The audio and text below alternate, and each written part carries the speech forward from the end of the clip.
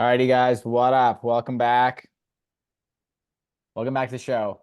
Me and Greg are here with you again, and this is going to be a little realer, a little more real this week. We're going to talk about specifically some of the challenges of entrepreneurship, the more macro ones, and then maybe some more micro ones. I think we've both had some examples this week of what those can look like, and just how to like kind of bounce back from it. How do you not let these things, spiral out of control or like tank your business more than they need to, or even your personal life. So it's all kind of connected, but we'll dive into some specific kind of problems, and maybe we'll talk about some solutions too. I hope you're bringing those today.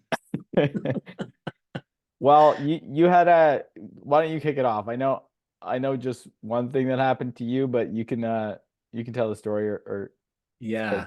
Um, Man, we've had honestly we're at the tail end of April 2024 because this video will live forever and somebody will be seeing this years from now. April has been a dumpster fire for me. Like we opened April with Capcom where you and I were both there. We recorded a live session of this.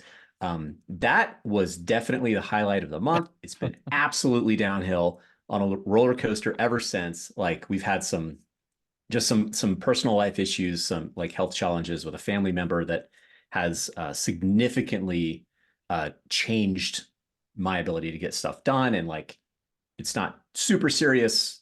Everybody's going to be okay, but there's been some challenges there.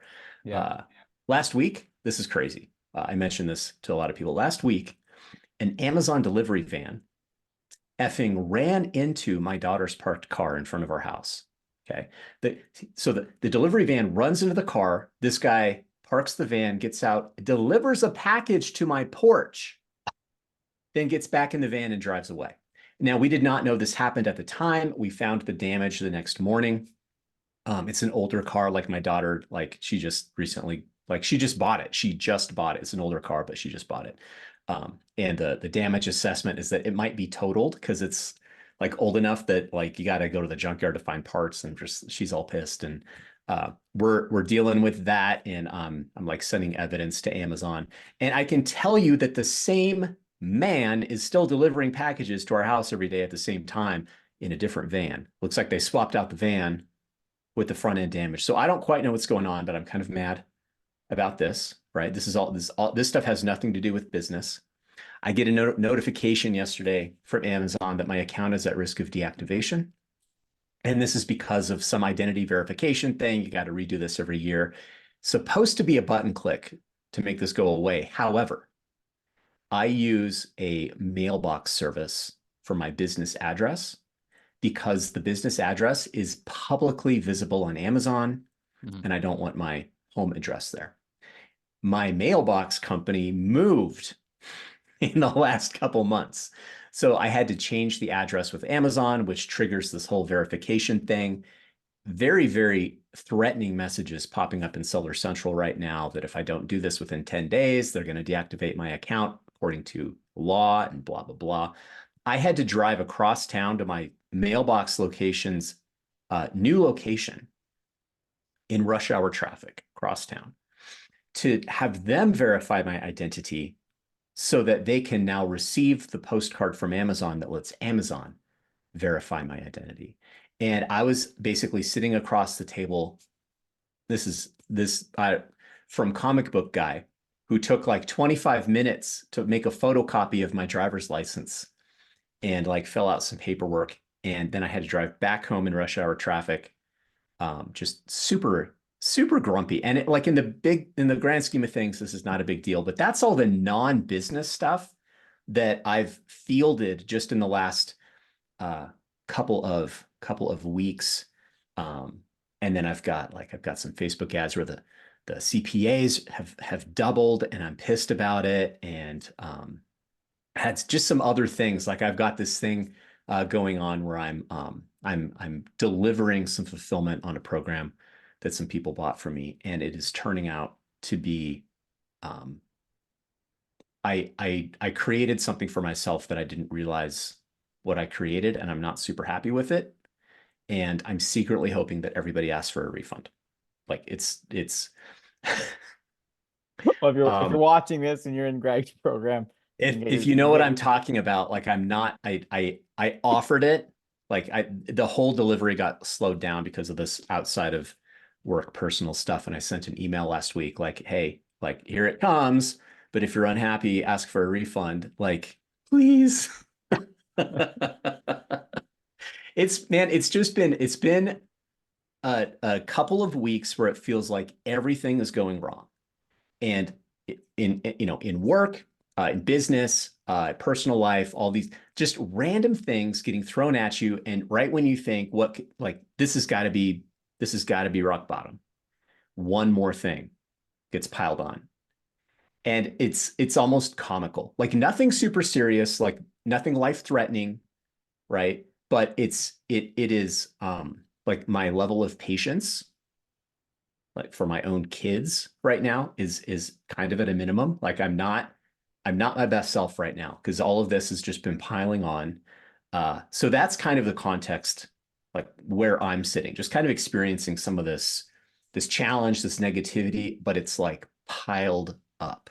So that's uh, that's my situation. I want to hear you talk about kind of the challenges that you faced, and then we'll come up with some solutions because I know we're not the only ones. yeah. No, I empathize.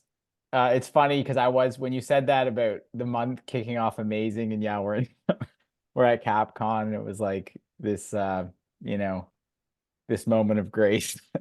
And then I mean, I wouldn't say it's been my my worst month necessarily. Like there have been good things, but that being said, I was on a trip, like a bit of a trip before that, like a family trip, and that really threw all, like it was awesome. It was awesome. The conference was awesome. Getting back into the swing of things and having things kind of dialed in. Yeah, that I underestimated how kind of difficult that would be. And then on top of that, we were moving locations, so we're moving to a new place. And I chronically underestimate what everything, like pretty much every task in my life. So just little things like, getting access to a new property. Oh, the water has sulfur in it. Oh, so now we need to buy a water softener. Just all these things that can just unfold where I'm like, oh, no problem. Like we'll just get a U-Haul and bring stuff over there. Um, so yeah, April after that sort of peak, um, there have just been these like things that keep getting added on the pile. And then like if it's one thing, I'm usually pretty good. Don't sweat it. But yeah, we had like a just a little manufacturing mishap where a tap wasn't closed and thousands of dollars worth of um ingredients just on the floor. Uh, and then we had a label. I got this really cool labeling machine. It's been awesome, but had an issue with that. I had some tins running through there, just getting the labels put on the sides of them instead of the tops of them. Things like that.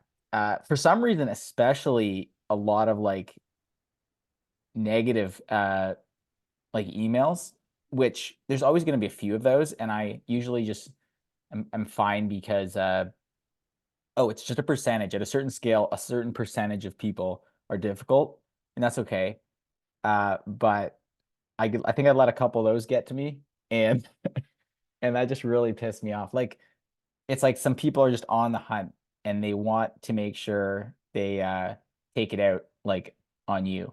Uh and so it's like usually it's right after, and I should be more disciplined with my email, but usually it's right after something else um has fallen apart that I'll be checking in on the email, and then I'll just see one of these messages, and then you're just like, okay, so I'm doing all this stuff, and then this is what I'm getting for it. This is the feedback. Uh, so now our brains are trained to, focus on these negatives. There's always good feedback. There's always people supportive, and I don't know, even people uh who follow would probably say, "Oh, I only, mostly see positive stuff." And it's like, yeah, it is. It is largely positive, and everything that's going on with the brand and growing is largely positive. But yeah, it has been a month of a lot of different little things, and then also just bigger things where you're like, oh my gosh, I'm getting exposed over here. It's like, oh, maybe I wasn't as prepared as I thought I was here, or you know, definitely in over my head in some places. So we soldier on, but it's definitely not sunshine and rainbows. What I do, maybe this is the positive here. What I do typically is like remind myself that this is kind of what I signed up for. And so deep down, like I don't want the bad parts of it, but deep down, this is what I want, this sort of adventure in this journey. And that really helps me be like, oh, well, if like, then it is kind of part of this is kind of part of it. And if you can't handle this, um, then that is why people quit. That is why people don't make it. That is why most people don't even, get to those first stages that we've talked about in other videos, because it sounds simple enough to launch the agency or the business. Or it's funny, even like with me, with other brands getting into the space, whatever competitors you're looking around, uh, these things can look so easy to jump into, and it can look really nice when you see someone commented, because I posted a reel about just some of my journey with the brand, and they said something like, looks like a whole lot of fun or something, and it is.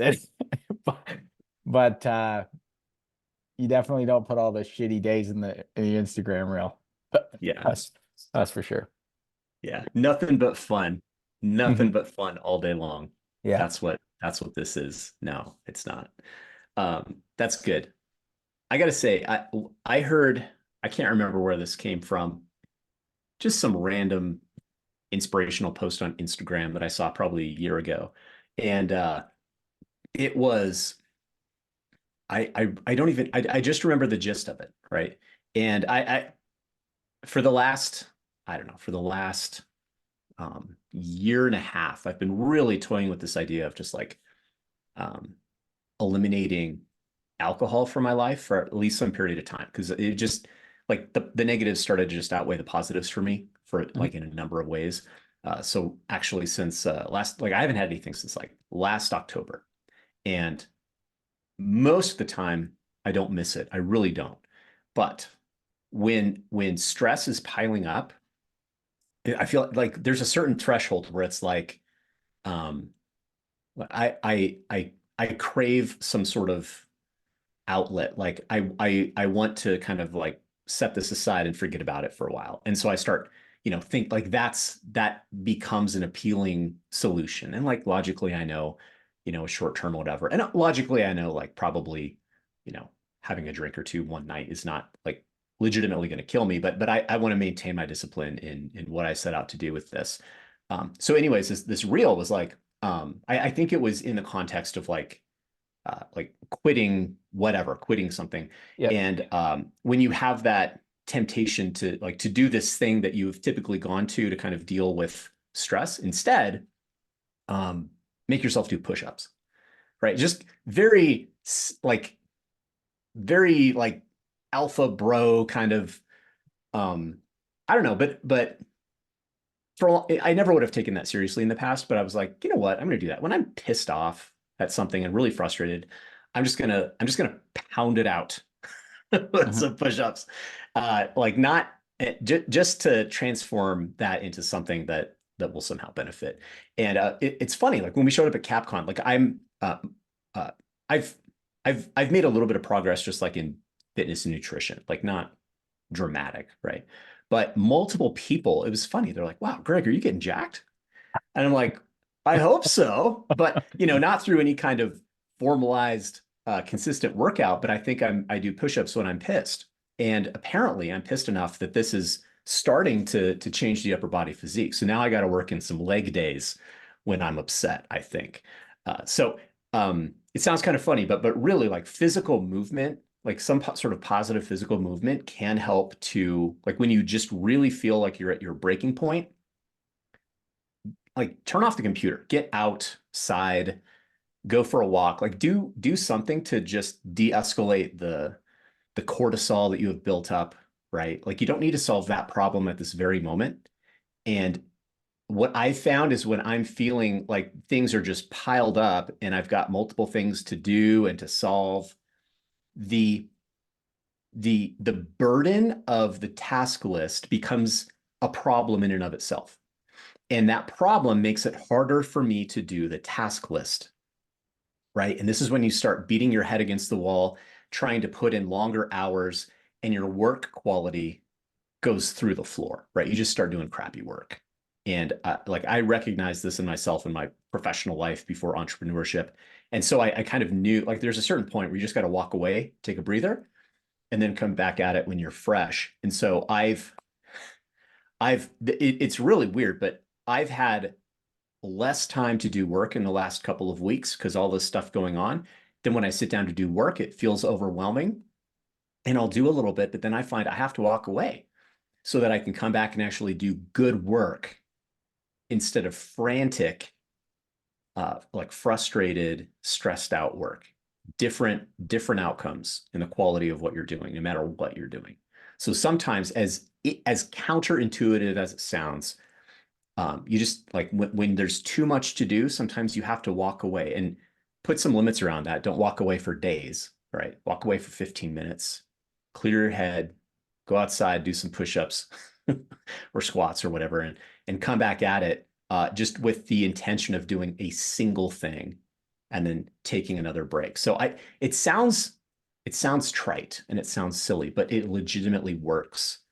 And you've got to like this is like overwhelm is going to happen, right? And to speak to your point, what you're dealing with, um, the fact that you have stressful problems never changes. The problems themselves change. And so as you get higher and higher up this, quote unquote success ladder, uh, it's actually worse because you start having problems that very few other people can relate to. And it can be helpful to kind of talk these things out with other people, but when you're talking about problems that you only encounter when you're doing like seven figures in sales, it's hard. It's hard. It's hard to find someone who can actually empathize with that and realize that legitimately you're having a tough time. And instead, like depending, it can be really common to get some just like resentment or indignation because they don't understand, like the fact that there's problems never changes, but the type of problems does, that you still need to have some sort of outlet for that. So it actually gets more and more challenging to deal with these things as you progress up. Yeah, 100% to all that. I liked what you said about the stepping back because that's like legit when it starts going bad for me. I just observe myself kind of just trying to make things worse or literally going to find something else that's wrong and be like, yeah, of course, that too. And so not only is it not productive, sometimes it's just like you start to become the problem and you're like you just start, running around trying to find problems. And on that note too, same thing with that so my grandma came and visited, which was awesome, and she wanted to see my new like the new shop, and it's awesome, and I'm showing her around, and I think she kind of thought like my business was a little bit of a joke for like until she saw that. She was like, "Oh, like she's like, "Oh, like you're making stuff. You're doing like, oh, you have a plate." And it's like, "Yep, yep." And she was just it was cool. And she's asking all these questions and she's like, she's like, "How do you sleep at night with all this going on?" And I was like, like it's no big deal kind of. And then just with kind of a lot of stuff going on, it was literally like a night or two later, I was like lying in bed, like, oh, I'm gonna have a panic attack. I was like, oh, this is there's too much. The to-do list, uh, to that other point seemed it just the existence of the to-do list seemed so you know, hard to deal with that it becomes this thing in itself. Mhm. Even though like typically I can break it down. It's never as bad as it seems. It's usually just the inability to prioritize and execute. Shout out Jocko Willink, which is just like, okay, what's the first thing that needs to be done? Okay, spend 15 minutes, start to tackle that, and then keep going. But on that same note, the yeah, dude, what you said about like then wanting to go to your comfort zone, because when that's the thing for me, momentum, I kill everything. I'm like, yeah, I'm winning. Uh, if that to-do list gets like too big or it feels like there's too much stuff I can't immediately solve, then I'm like, oh, I want to hide. I want I want somewhere to hide, whatever that is. And those are usually our not always not always bad escapes, but can be, whatever those things are. So I resonate with that for sure. Yeah. And solid though, dude, since October, that's awesome. I literally it was because we did the trip. I've been off booze for yeah, like 4 months. And then I had a few drinks and like here and there. And I don't know, it's weird, man. It's nice, but then it just raises your anxiety overall. Like it's a weird one. So now I'm like, oh man, I was pretty rock solid. So that's an interesting one. Yeah, yeah, it's one I'm sticking with because it's done me more good than harm. And I'm not saying I'll quitting forever, but in this season right now, there's just I don't have room for it, so I'm gonna Yeah. set it aside. And not to say everybody should do that. Like that might not be your thing, Yep. but I do think um, yeah, when you're pushing the envelope really hard, there is this tendency, right? Like a rubber band. When you stretch yourself really hard, you're creating more and more tension, and it wants to pull you back to where you were, kind of to that comfort zone. And like on some level, that's okay, but you've got to be really careful, I think, about what that's pulling you back to, right? I mean, it's almost impossible to always live on the edge. Like it's too much. You need that kind of like that decompression, that relaxation. But I think we can be really intentional about what that is, right? And if that's actually not serving us with what it's been in the past, then we should find something that does serve us. So Yep. what I'm trying to create my own schedule in a way that when my kids get home from school, that I'm done for the day so that I don't have this tension of, oh, I still have to work. Oh, they're home and they want me. Um, so I love this idea of the thing I relax into is, hey, having actually quality time with my kids and my wife, right? That's a lot of us jump into this world because that's what we tell ourselves we want more of. And Yeah. then we do everything possible to actually avoid it when it's Yeah. in front of us. So that's a little bit of an aside. Um, I do have one 100. more thing I want to throw in. I think it's relevant and I think it's really important for, especially for people that are in the starting phase here. And that's the fact that Ben and I both talked about the to-do list and the stress and anxiety that the to-do list can cause. And it's really important that we look at those items on the to-do list and that we absolutely prioritize the things that we have to prioritize. And what I mean by that is if you're in a business, if you're running a business, um, your job at the end of the day is to make money. Your job is to generate profit. Like otherwise, you have a hobby. And if you have a hobby that costs you money, um, that's great, right? That's what skiers and golfers do. Right. But it's not a business. It's not something that's going to give you freedom. So when you're looking at your to-do list, you need to be very clear about the things on that list that generate revenue, that generate profit. And those are the things that you should do first. Because when you're working for a job for somebody else, it doesn't matter what you do on your to-do list. You're making money no matter what. They Hmm. pay you no matter what. I mean, up to a point, right? Up to a point. Hmm. But when you're working for yourself, certain things make money, other things don't. So if you're doing things on your to-do list over and over and over that don't make money, guess what? guess what is going to happen over a long enough period of time? No money. No money, right? Now, if you prioritize things that make money consistently, right, then what happens over time? There's more and more money made, and now you have more options about how to do all the other stuff on the to-do list. You can hire someone else to do it. You can hire someone else to help you make the money so that you can do the other things on the list. It gives you more freedom. And so, like, I think a lot of people who watch you and I are not strictly money focused, but let's not kid ourselves. If you're running a business, the goal is to make money, and money is the lifeblood of the business. It gives you opportunity and options and freedom to make other decisions about what you're going to do. If there's no money, you don't have a lot of options. You need to make money. So, Yep. especially when you're starting out, like prioritize your time to do the things that make money. And it will, like that by itself, will relieve some of that stress. If there's revenue coming in, then everything else doesn't feel so heavy, and you'll probably do a better job at all that other stuff. Yeah. 1000%. And it's weird how you can trick yourself.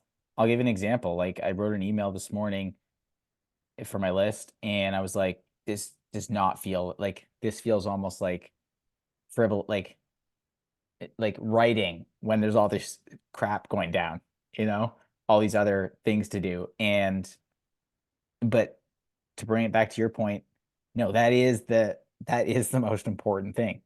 It's like, that builds the brand, that generates sales, that moves the needle. And that is not something to be neglected in favor of running around putting out small fires that, like, one thing I'll add there, like, because it can be tough, but it's like this has been helpful for me. You've got to like develop the ability to just like execute small problems. And I don't mean execute in terms of like carrying out the solution. I mean just like kill them in your head because they're not relevant enough. This could be one customer service ticket that's like bugging you for some reason. This could be like one I'm trying to think of examples that might be relevant to more people, but for me it's like, you know, ordering a certain size of box or double checking, like these little things that are not, they need to be done, but they're taking up headspace. It's like executing those, just like get rid of them. Like that's not your problem. You think it's your problem, but it's not. And then going back to the thing that moves the needle 100% has been helpful for me. But I'm glad you just said that again because I needed it. Hopefully some other people out there needed it. And hopefully you can all hang in there if you're going through it. For sure. I got one last thing. I keep running into people. Um, there were even people at Capcom, but like people online, people in like masterminds that I'm doing, and they're like, "Oh, hey, I've been watching your thing with Ben." I'm like, "Really? Cool." So we've got I know you and I can kind of see the view counts and whatever, but I know that this is reaching people that we don't even realize it's reaching, which is kind of cool. Like we're not doing this for any particular outcome. We're doing it because it's fun and we like to talk. But you can probably help Ben and I out with with some of our own mindset stuff and to-do list stuff by affirming that this is that somebody's seeing this and they think it's valuable or whatever. So if it's only today, whatever, could you just leave a comment and like tell us whether or not this was good or whether or not you're a long time listener or whatever? Like it would be affirming to me at least, just to get just a little bit of pats on the back. And I know that's totally egotistical, but it would be awesome. So if you could just give us a little love, just every once in a while, just keep us going. Because this is not a revenue producing activity for either Ben or I. But I think we still both prioritize it pretty high on our list, just because we like to hang out. So help us keep doing that. Just give us a little pat on the back if you don't mind. 100%. If you ever love this at all, drop a comment. No, I'm kidding. All righty, guys, we'll leave it there. Thanks for tuning in. We'll see you next week.